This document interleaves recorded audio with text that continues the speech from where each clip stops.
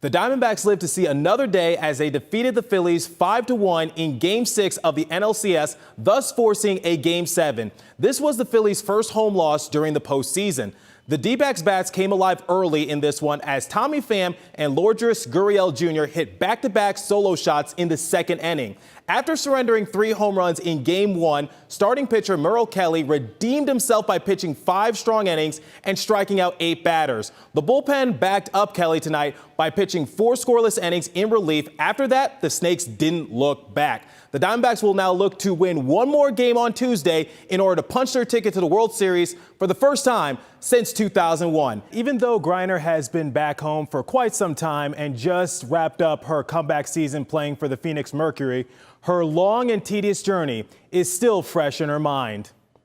Yesterday, in the middle of exit interviews for the team, Griner was asked about some reports that the Biden administration is looking to bring back 5 U.S. prisoners from Iran via an exchange similar to Griner's situation a few months back. Griner was brought to tears and rejoiced knowing that more people would be reunited with their friends and loved ones. Johnson was quick to highlight that the Diamondbacks are ahead of schedule for a young team, and despite what happens this season, there is still a bright future and the foundation has been set.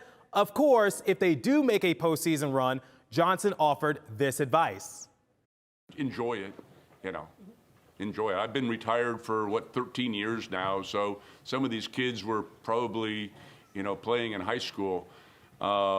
But the only advice I can say is enjoy it because it doesn't happen all the time. So even though fans are watching the first couple games at home on their TV, they are looking forward to Game 3 here at Chase Field this Thursday. It'll be the D-backs' first home NLCS game in 16 years. In Phoenix, Trey Matthews, Cronkite News.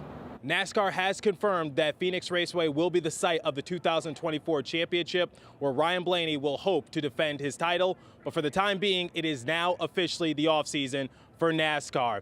At Phoenix Raceway, Trey Matthews, Cronkite News. With the amount of success that Super Bowl 57 brought to the Valley, you could best believe that Arizona is going to try to host the big event once more when that time comes. And the entire community and football fans should be excited because the Super Bowl will return to Arizona at some point. In Phoenix, Trey Matthews, Cronkite News.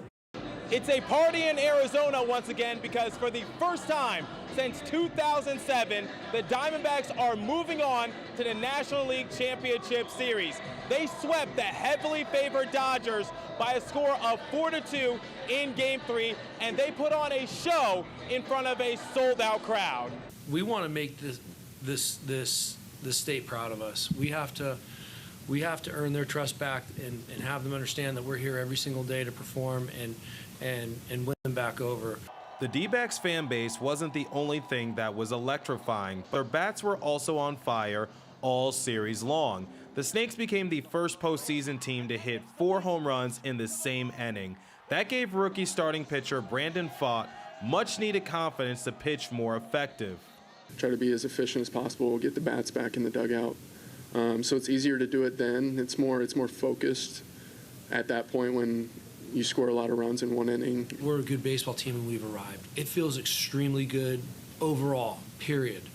To quote the legendary Babe Ruth, the way a team plays as a whole determines its success. And the Arizona Diamondbacks have been playing some great collective team baseball the past couple series. But they know the job is not finished. At Chase Field, Trey Matthews, Cronkite News. Welcome back to Coyotes Center Ice after a week off. I'm Trey Matthews. And I'm Chase Beardsley. Now, Chase, in the previous 5 games for the Coyotes, they've only racked up 2 wins. It seems like they've been a little inconsistent in their last few games. They dropped their more recent matchup to the Dallas Stars by a score of 4-3 in OT. So what's been going on with the Coyotes as of late? Well, as you mentioned, Trey, it's been a rough couple of games for the Coyotes, but I think they played really well. Michael Carcone has been an all-star out there on their, right now, Central Division road trip as they're wrapping it up. They're traveling to Columbus right now, actually, to go play the Blue Jackets. But as you mentioned, tough loss yesterday in OT. That the Coyotes, that was one of their best games that they played, but they're still over 500 with a score of 7-6-2. And yeah, I think they've been playing some good hockey, just haven't gotten the results on the board. Now, they're currently 5th in the division, and obviously around American Thanksgiving time, this is the part of the season where we start to separate the contenders from the pretenders, and then we start to see like who might be just counting down the days until the NHL draft.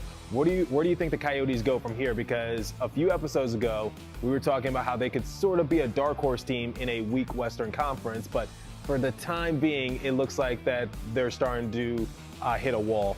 I don't know about that. I think they're still dark horse out in the West, because if you look at the Pacific, not a lot of great teams out there. Anaheim is starting to drop off. The Kraken haven't been good this season. Edmonton is still in the bottom of the league. It hasn't been good for the Pacific, so that leaves 2 wildcard teams open in the Central Division. I mean, we've still got a lot of time, but the Coyotes are managing to hold on, kind of battle it out with Anaheim, with Winnipeg for those last couple of spots. So it is definitely going to be interesting as we head into winter to see what this Coyotes team can do if they can keep going. That top line really needs to get going some more. Clayton Keller, Nick Schmaltz, and Barrett Hayden, they haven't been good on this road trip. They need to start getting going in order for this Coyotes team to really take off. So you just mentioned that the Coyotes are heading to the great state of Ohio to take on the Columbus Blue Jackets. The Blue Jackets dropped their more recent game against the Pittsburgh Penguins. Sidney Crosby had a hat trick, so we'll see what happens. But your quick thoughts going into that matchup, because the Blue Jackets are last in the Metropolitan Division. Yeah, I mean, again, as you mentioned, Trey, Jackets aren't very good this year. They haven't had fantastic goaltending from Elvis Merzlikins, and really, they haven't seen a lot of scoring. Patrick Laine was out for a little bit, obviously. That's a big part of your forward group. They really need to get everything going. Of course, new head coach, Adam Fantilli, this is his first year in the league. There's a lot of rookies on that team. It's going to take some time to make the playoffs, but they shouldn't be bottom of the league. We'll see them improve. Coyotes, just focus on your game, focus on playing your game, get your offense going. They should be good against the last place Columbus Blue Jackets. All right, real quick before we get out of here, not just Coyotes making headlines in Arizona, but we had a rivalry series matchup make its way to Tempe at Mullard Arena. Team USA taking on Team Canada. Team USA came away with the victory. Your quick thoughts on that? It was awesome. The environment was so incredible. You and I were both credentialed and called that game.